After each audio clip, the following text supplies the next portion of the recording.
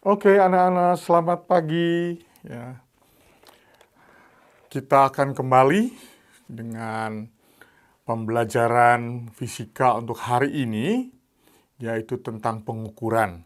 Lagi-lagi, ya. Minggu lalu kita udah melihat berbagai proses kreatif, bagaimana kita bisa mengukur pengukuran agak aneh-aneh ya, ngukur beratnya gajah, ngukur tebalnya kertas, itu kan kok nggak masuk akal ya, tapi kadang-kadang kita harus menghadapi itu teman-teman. Ya. Jadi kita akan lihat sekarang bagaimana kita bisa mengukur volume dan kita bisa mengukur suhu. Sekaligus ini adalah bahan persiapan untuk topik kita yang selanjutnya. Setelah kalian selesai dengan bahas pengukuran, kalian nanti akan membahas tentang kalor. Dan dalam kalor kita akan banyak berhubung dengan cara mengukur kalor itu dengan mengukur suhu. Ya, oke. Kita udah lihat minggu yang lalu, ya, bahwa untuk proses pengukuran kreasi salah satunya adalah bagaimana mengukur sebuah volume dari sebongkah batu yang bentuknya tidak teratur atau sebatang kunci, ya, yang bentuknya juga nggak terlalu homogen dan bisa diukur dengan mudah. Ternyata kita bisa menggunakan air kan nah itu adalah sesuatu yang harus kalian alami dalam percobaan nanti setelah kita lepas dari pandemi, ya, bahwa pengukuran volume bisa selalu menggunakan air. Kenapa bisa gitu? Coba kita lihat ya. Nah, ini. Kalau kita kesulitan mengukur dengan presisi, biasanya kan kalau mengukur volume benda kan dengan ukur panjangnya, lebarnya, tingginya, lalu dikalikan. Panjang kali lebar kali tinggi adalah volume. Atau kalau dia silinder seperti benda silinder tersebut, kita ukur diameternya, ukur tingginya, lalu volume adalah pi R kuadrat dikalikan L. R adalah jari atau setengah diameter. Ya, itu teori, teman-teman. Pada kenyataannya, kalau kita melakukan pengukuran di lab, tidak selalu hal itu bisa dilakukan. Contohnya ini, saya punya sebuah benda, ya, bentuknya balok, ya, tapi ternyata baloknya berlubang di tengah, ya, jadi nggak bisa diukur dengan sangat mudah. Ya, tapi dengan menggunakan cairan, kita bisa menentukan volume benda ini dengan sangat mudah. Kenapa bisa begitu? Ya, karena setiap benda yang tercelup dalam cairan akan memindahkan cairan. Jadi kalau cairan pertama berada pada angka di gambar itu angka 12 misalnya, begitu dimasukkan benda dia pasti akan berpindah cairannya. Karena tempat yang tadinya dimiliki cairan dipakai oleh benda yang masuk. Maka cairannya akan mengisi lebih ke atas dari permukaan tersebut. Kita kenali dengan kenaikan permukaan cairan. Ya, benda masuk, cairan naik karena dipindah oleh benda. Jadi, bagaimana mengukur volume benda? Simple. Selisih antara volume cairan atau ketinggian cairan dalam hal ini, ya, itu mengukur volume ya. Setelah benda dicelupkan, dikurangi ketinggian cairan atau volume sebelum ada benda. Itu caranya. Simple aja, ya. Jadi tinggal masukkan ke sana. Masalahnya sekarang bagaimana kalau benda kita adalah suatu benda majemuk, gabungan dari dua buah benda semacam ini, ada silinder dan ada balok, ya, yang jadi satu.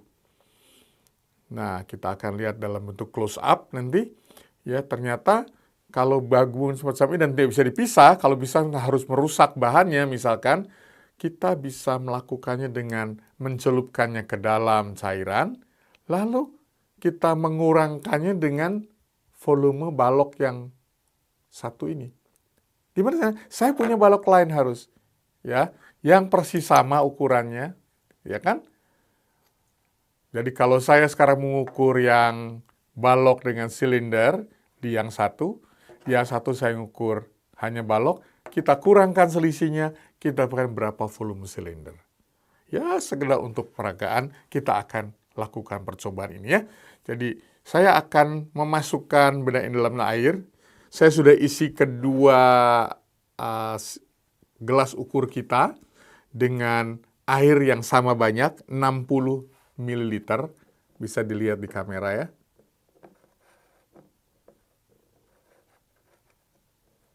Ya, 60 ml.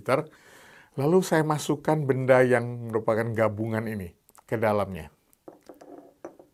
Anggap aja benda ini suatu benda yang nggak bisa kita pisahkan. Oh ya, mungkin kalian bertanya, kenapa Pak Hendra di bawahnya kok terdapat yang putih-putih itu? Itu adalah busa, gabus. Ya. Kenapa saya taruh di sana? Supaya kalau benda nggak sengaja saya jatuhkan, dia tidak merusak gelas ukurnya. Seringkali dalam lab terjadi kecelakaan. Ya, seorang yang melakukan percobaan lupa bahwa itu gelas kaca, langsung jatuhkan, plung, langsung pecah. Nah, maka saya memberikan gabus di bawah supaya kalau jatuh dia akan jatuh menekan gabusnya. Tidak merusak gelasnya. Mister apa enggak mengganggu pengukuran? Enggak, karena gabus itu sudah saya basahi dan saya celupkan di air sebelum proses pengukuran dilakukan. Pastikan enggak ada udara terjebak di gabusnya. Ya.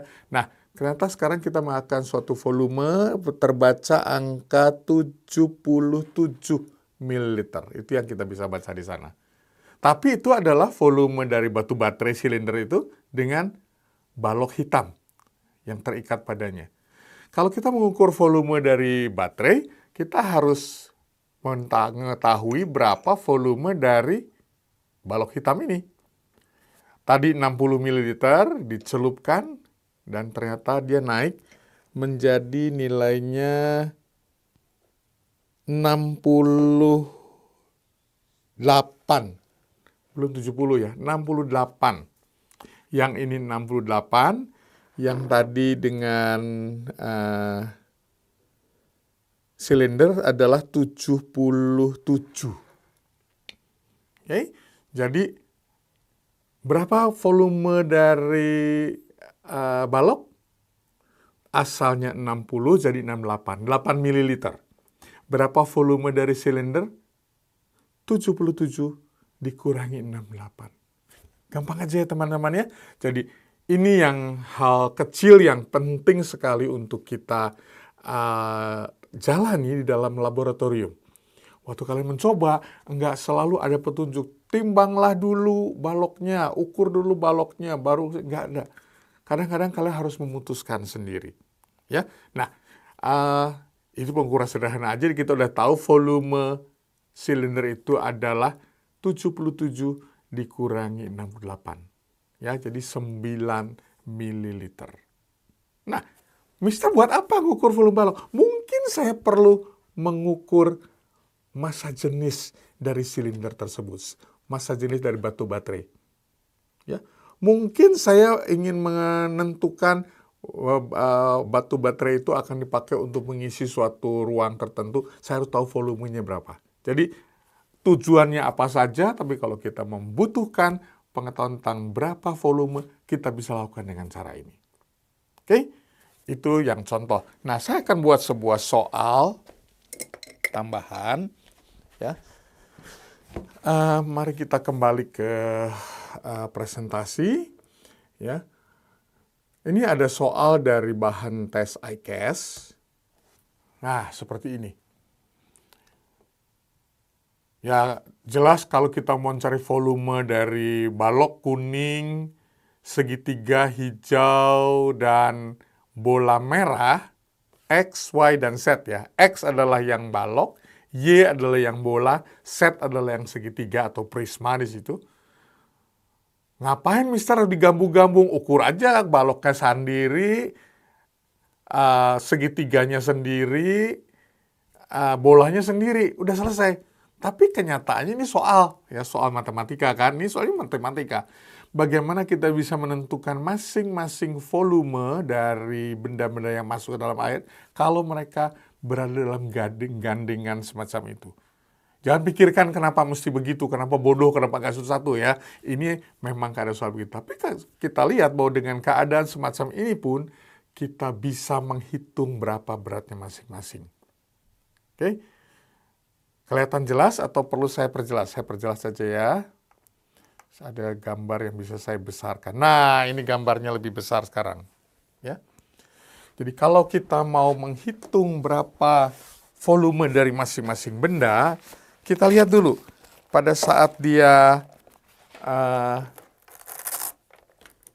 bendanya ada 3, itu berapa sih volume air? Tadi volume air awalnya sebelum diberi benda-benda itu ada 50 mili. Itu ada di soalnya. Coba kita lihat kembali soalnya. Ya. Jason set up an investigation to find the volume of several objects in a measured cylinder of 50 ml, 50 ml ya. Oke. Jadi kalau kita kembali ke sini, kita bisa tulis di sini ya, volume air adalah 50 ml.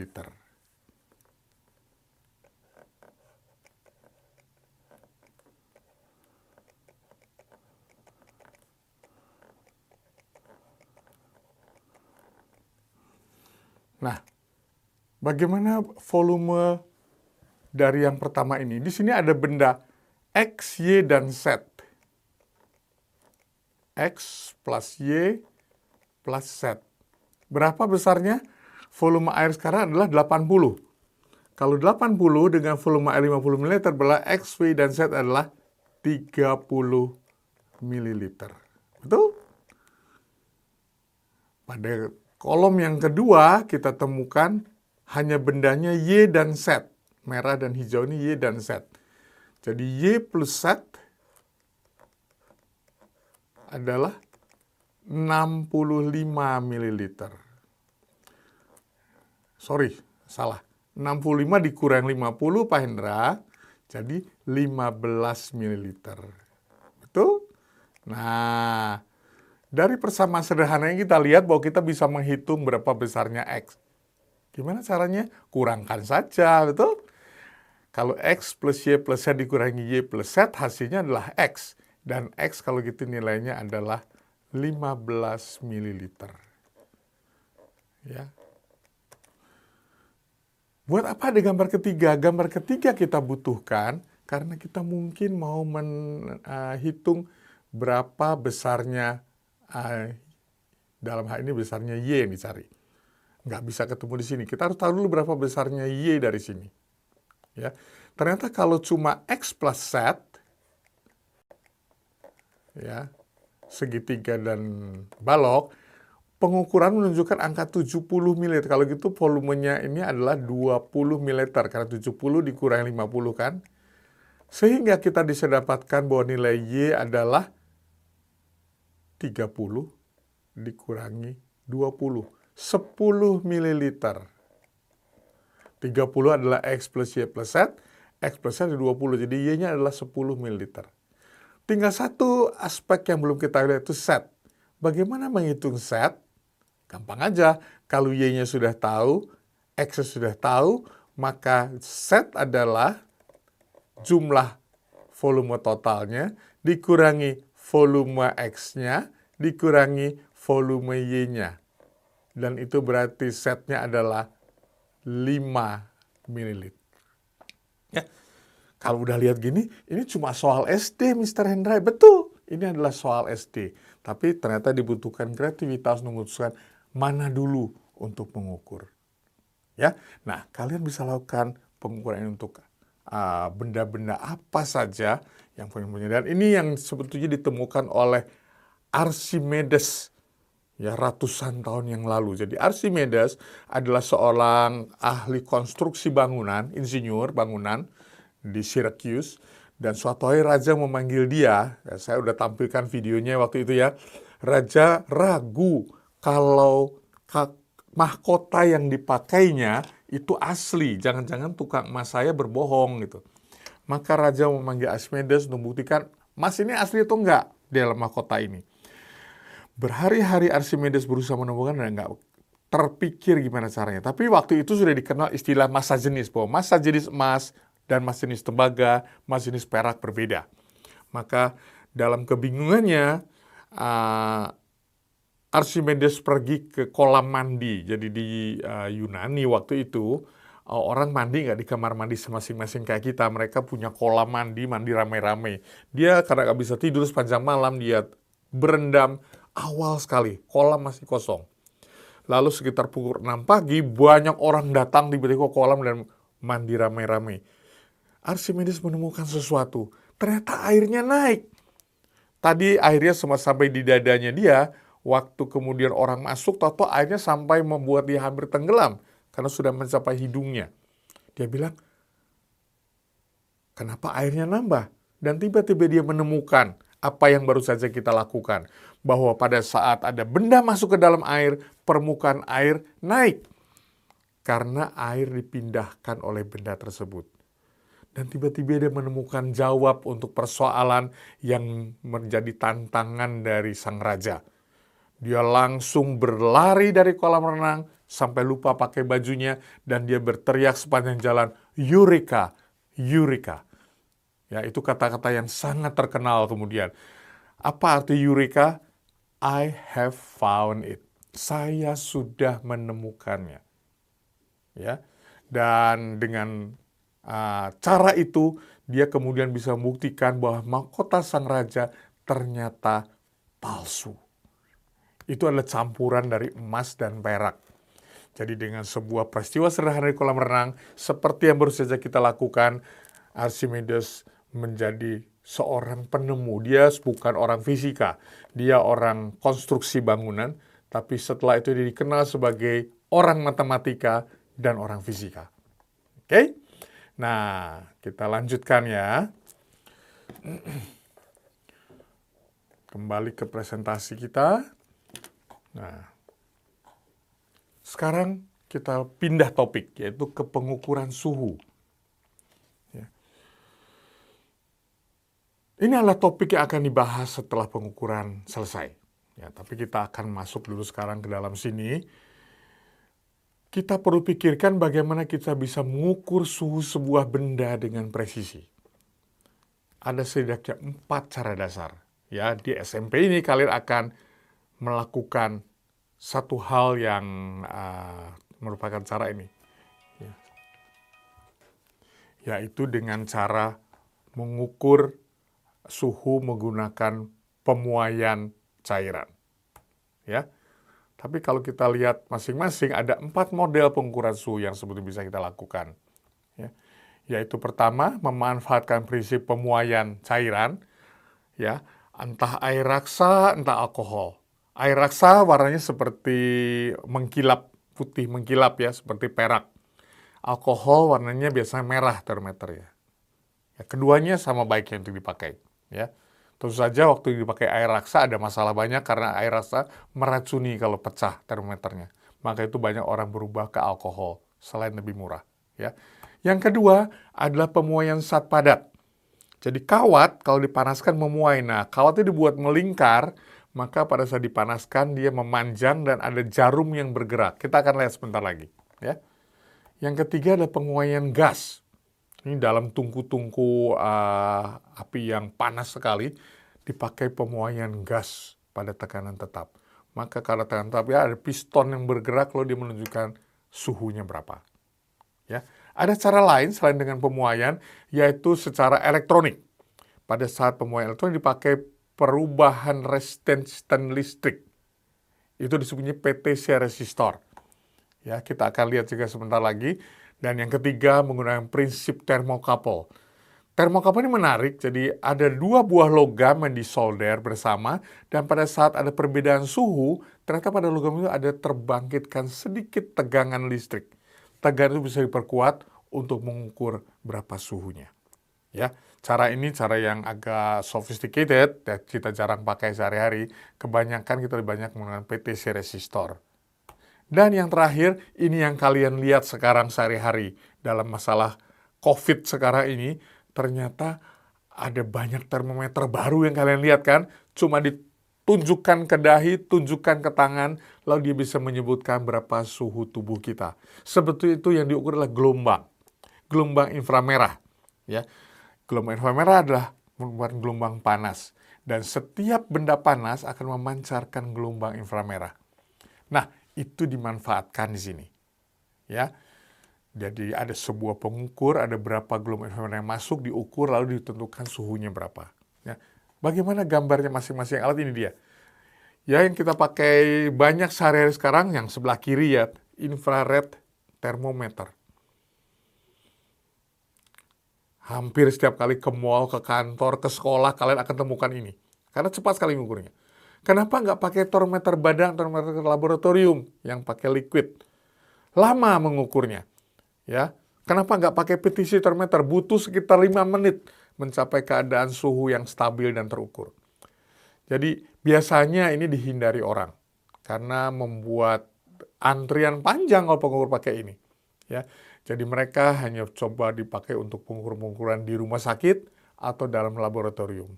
Pada keadaan normal yang cepat di airport, di toko, di rumah juga kita menggunakan infrared thermometer jauh lebih cepat. Nah, yang di bawah tengah itu adalah sebuah contoh bimetal thermometer. Jadi termometer logam. Bimetal adalah dua gabungan logam yang direkatkan. Nah, pada saat dia dikenai panas, pemuaian yang logam luar dan logam dalam berbeda, maka logamnya akan jadi melengkung. Nah, pelengkungan itulah yang dipakai untuk memutar sebuah jarum yang diberi skala nanti atasnya. Ya, jadi termometer bimetal ini banyak dipakai di dalam furnace tungku, ya untuk menentukan berapa suhu tungku harus mati, suhu tungku harus ketahuan suhunya berapa dan sebagainya. Ya, ini contoh-contoh termometer yang kita bisa kenal. Ya, tidak semua kalian pakai, tapi ini menjadi contoh yang sangat menarik pada saat kita mengukur nanti tentang kalor. Ya. Seperti kalian pernah dapat di SD mungkin, bahwa ternyata dalam pengukuran suhu kita perlu mengkonversi beberapa pengukuran. Ada pengukuran yang diukur di dalam skala Celsius, ada skala Fahrenheit, ada skala Kelvin. Kalau buka-buka buku kuno, buku tahun 60-an, 70-an, ada lagi satu lagi, Reaumur. Skala Reaumur. Sekarang udah nggak dipakai, tapi biasanya di sekolah masih diajarkan oleh guru. Padahal itu udah nggak dipakai sekarang ya. Sekarang yang dipakai adalah Celsius dan Kelvin, dipakai secara internasional dan terutama di Inggris. Lalu ada Fahrenheit yang banyak dipakai di Amerika Serikat, USA, ya. Dan kita selalu perlu untuk mengetahui konversinya.